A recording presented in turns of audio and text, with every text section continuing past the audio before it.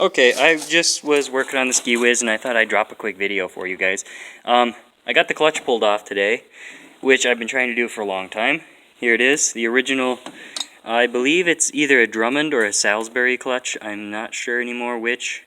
I knew at one point. Anyway, these clutches on my sled, which is a 1971 500 SST with the JLO LR399 engine, these clutches were factory recalled and this sled never got the clutch replaced, so this clutch was burning belts like crazy. I was replacing the belt at least every year, and then at one point it just stopped driving completely. It just sat there squeaking the belt.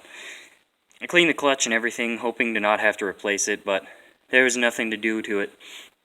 It just wouldn't work. So I got this clutch here to replace it, a Comet clutch. You can see right there, model 100C-A. These will fit this engine and quite a few more.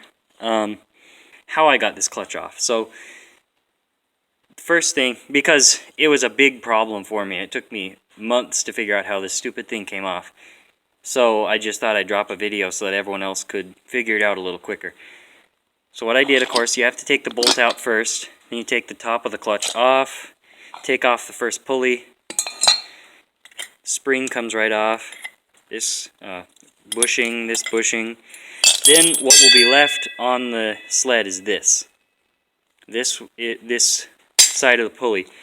You have to find a bolt that fits it, and so I don't know what happened to the bolt I used, but this one fits. So what you have to do is find a bolt, tighten it in there, and you can't use the original clutch bolt. There are threads in the top portion of the clutch assembly right here. There are threads in the top portion, and this bolt, if I can just, there we go, get it out. This bolt goes right through those threads. It's smaller. And it's supposed to stick through here and thread onto the crankshaft. So you have to find a bigger bolt. You can buy one, find one if you have a supply, which I did. So I got a bolt. I threaded it in there with Teflon tape on the threads. But first, you have to pour water in here because water will not compress.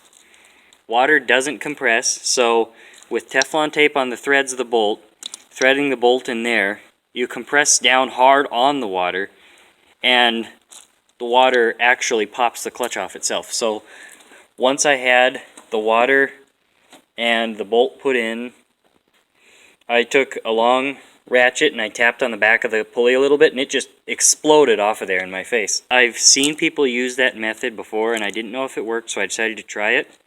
And I should have filmed it, I guess, so that this video could be me showing you instead of telling you, but telling you will help anyway. So you just need to Teflon tape around a bolt again and fill it up with water down the bolt hole into the clutch, and then just put that in there and tighten it down. Start tapping on it with something and it'll pop right off. Worked great. Now all that I got to do is put this clutch on there and then put a bolt in it.